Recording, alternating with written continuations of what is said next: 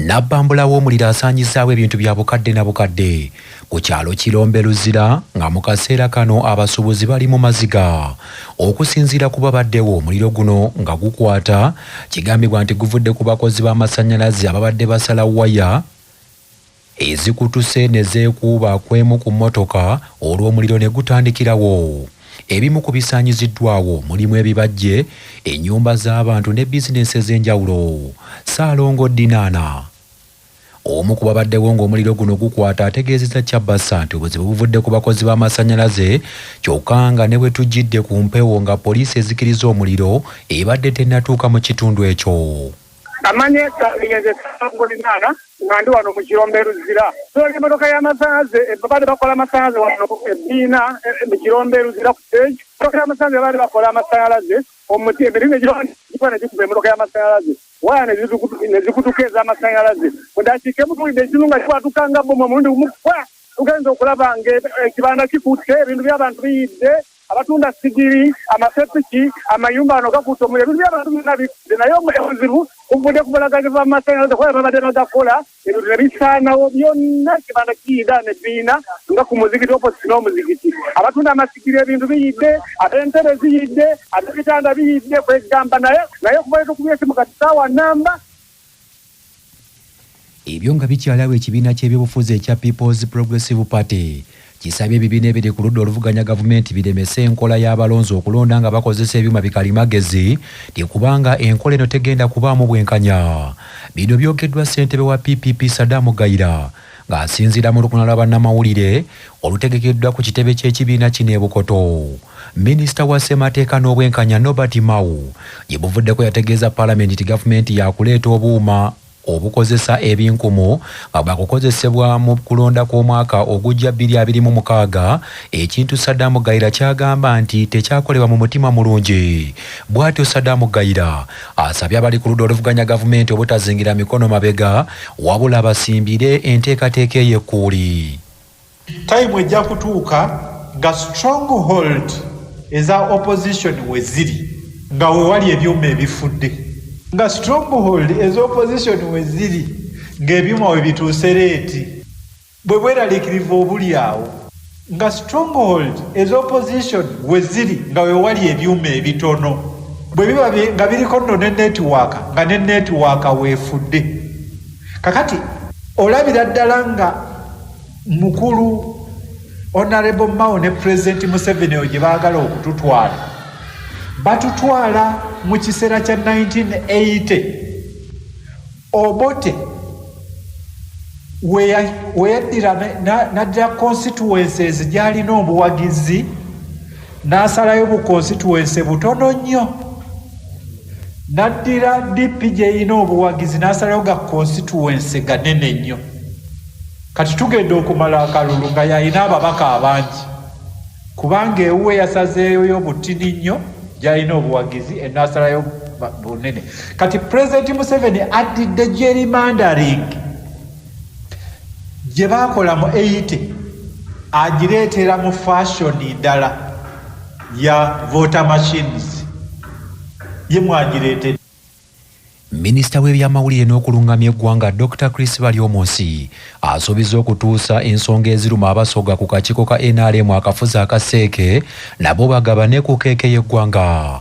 Minisita Baryomunsi okwogera bino abadde anoonya buwagizi ku kifo ky'omumyuka wa ssentebe wa NRM atwala obugwanjuba bw'eggwanga ku kakiiko ka Seeke ng'abadde mu kibuga Iganga abeeyo gye bamutegereza nti tebagabanye ku mugaati gw'eggwanga nga n'enteekateeka ezireetebwa gavumenti ya NRM abantu mu kitundu ekyo bangi tebazirabako. Members tusobola kugamba nti suubiza eddwaliro erimusoga, suubiza oluguudo oba essomero oba ki, tulyako okuleeta ebirowoozo ebizimba. Ate bano abakulembeze ab'ebusoga batugambye ngoba mukiiko eyo mu Seeke n'enkiiko ez'enjawulo mulabe nti Busoga tesigala emabega. Tujja kulaba nti twanirira Uganda yonna naye ne Busoga tumanye nti waliyo ebizibu ebikwata ku bantu ba Busoga. Bogeddeko ensonga ng'ebyole y'ebikaddo n'aba fishing community, waliwo bintu bya environment ya wetlands. Ekikulu kyesuubiza abantu genda kuba eddoboozi ly'abantu ab'ebusoga kubanga mu nkiiko mu gavumenti jogera manyi kwogera, so okubogerera kulaba nti tetukiika ku Seeke mu nkiiko za waggulu za pate ensonga ez'ebusoga zogereko. Minisita Balyomunsi era avumiridde Vulugu eyali mu kulonda mu kamyufu k'ekibiina kya NRM akaaliwo gye buvuddeko n'agamba nti baakulwana nnyo okulaba nga ennonda mu kibiina kya NRM ekyuka okwewala emivuyo. Mu ngeri y'emu Balyomunsi agumizza abatamatirana byalangirirwa n'abasaba okubeera n'obwesigwa mu kakiiko akaateekebwawo okutereeza ebyasoba era bano abategeezezza nti n'okutuusa kati akakiiko kakyagenda mu maaso okwekenneenya n'okugonjoola enkaayana. Eyokusimba layini manyi twatandika n'obukiiko kibayita electoral college mwaka gw'2005-2006 naye mu mwaka gw'2011 ne tukyusa tugamba nti buli memba wa NRM abeere nti alonda ate ku kabokisi ka secret ballot 2010-2015 twakozesa secret ballot ate bonna balonda naye bwe twatuula ng'olukiiko olukulu lwa NRM ne bagamba nti abamu abeera ne ballot papers basobola kukiitinga ne tukyusa ne tugamba nti buli muntu wa NRM ali mu register alonde naye kabeere kemisana okuba layini. Waliwo abo abagala gamba layini nungi wala bagamba tuddeyo mu kabokisi. Tujja kukyogerako mu conference tukube vote tulabe abangi bawagirako.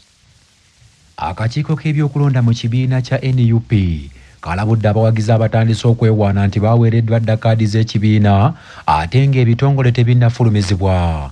Akakiiko kano okwogera bino kabadde katandika okusunsula abeegwanyiza ebifo eby'enjawulo ku mutendera gwa gavumenti ez'ebitundu okuva mu bitundu by'Ekira ne Makindye Ssaabagabo. Kigambibwa nti waliwo bakansala abadde batandise okutegeeza abalonzi nti bo baawangula dda kaadi z'ekibiina nga kino kitegeeza nti bo tebagenda kusunsulibwa. Mu lukungaana lwa bannamawulire otudde ku kitebe kya NUP Kavule Makerere, ssentebe w'akakiiko k'ebyokulonda Harriet Chemutai agambye nti abatandise okulowooza nti bo banene mu kibiina si baakusunsulibwa baakukifuuwa nga bakizza munda. Ye John Melsebuufu, kamisona ku kakiiko k'ebyokulonda mu NUP, alabudde abatandise okulimbalimba bannayuganda nti baaweebwa dda kaadi okukikomya nti kubanga kikontana n'enteekateeka z'ekibiina. Ono temuli bya Luganda, temuli bya mukwano, kandi ekyasinga obulungi ekituufu kiri nti yawangula.